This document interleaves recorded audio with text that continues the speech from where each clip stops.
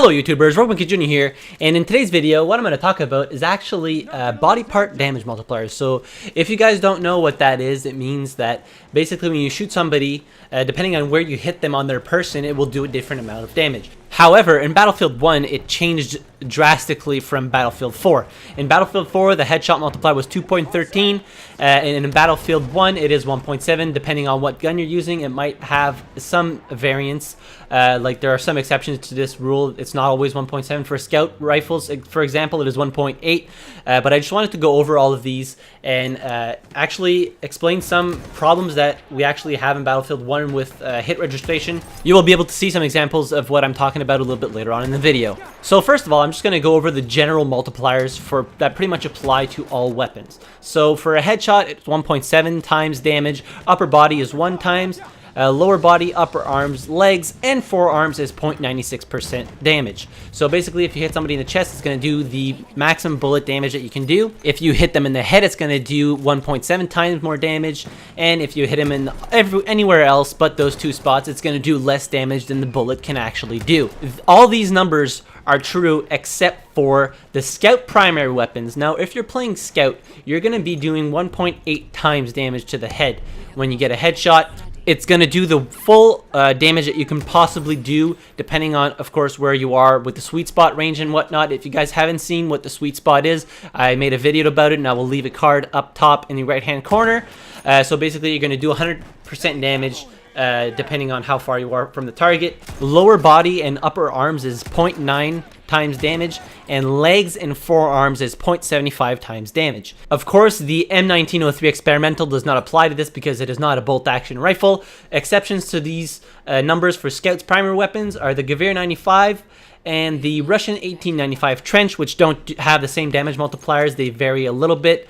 They do 0.93 times damage for anywhere else but the chest and the head.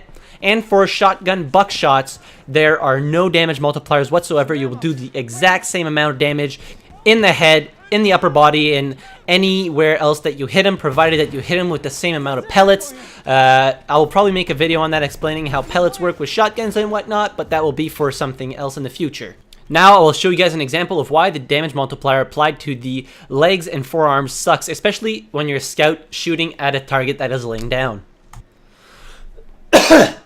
Alright, so from this distance, he's at 52 meters from me, my target. And the sweet spot for the rifle that I'm using is 40 to 75 meters. So technically, if I hit him in the chest, this should be a one-shot kill. But seeing as his forearm is covering his chest, when I shoot at his chest from this distance, it will not kill him because the damage multiplier will be applied to the forearm instead of actually to the chest. So if we try this out right now and I shoot him in the forearm, he will not die, despite the fact that technically the bullet should go through the forearm and hit him in the chest, and it should be a one-shot kill. Now right now he is healing himself. Now go ahead and stand up and I'll shoot you in the chest just to show them that it should be a one-shot kill. And there we go, he's dead.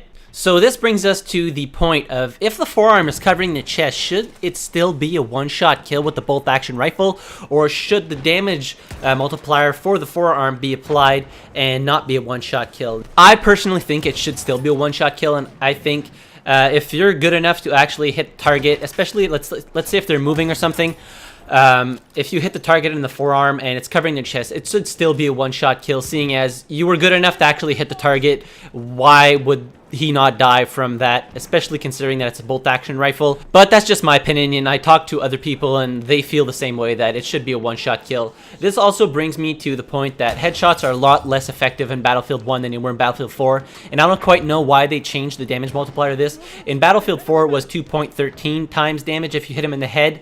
This was a little bit different for the scout rifles also, but I feel as though headshots have become a lot less relevant in Battlefield 1, and I don't quite know why that is and why they changed it. I do believe it's all in the point of making the game a more casual game, as opposed to having people learn how the mechanics work and actually know how the game works to actually be a better player.